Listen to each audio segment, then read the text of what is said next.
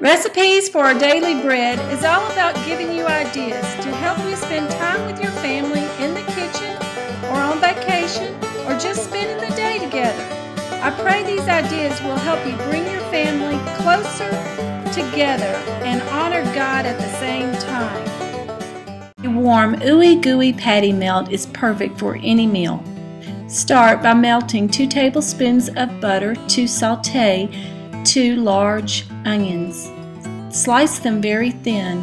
Add about a half teaspoon of salt and pepper to the onions and 2 tablespoons of Worcestershire. Saute the onions for about 15 or 20 minutes until they look similar to this. Patty your ground beef thin. I use a half teaspoon of salt, pepper, garlic, and 2 tablespoons of Worcestershire in my ground beef. My burgers could have been a little thinner for a true patty melt.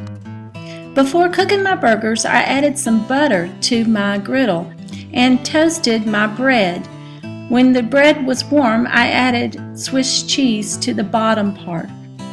I used a rye pumpernickel combination bread, which is very delicious and from Pepperidge Farm. Once I removed the bread, I cooked the burgers. Once the burgers are almost done, add another piece of Swiss cheese to each one. To prepare the patty melt, start with the piece of bread that has the Swiss cheese on the bottom. Depending on how large your bread is and how big your appetite is, you may want to add 1 or 2 burgers. On the top piece of bread, I added a sauce made from ketchup, mayonnaise, and black pepper. You can find this recipe and print it out on this post. To make this patty melt a little different, I added some oven crisp bacon. You can find the recipe for the oven bacon on my blog.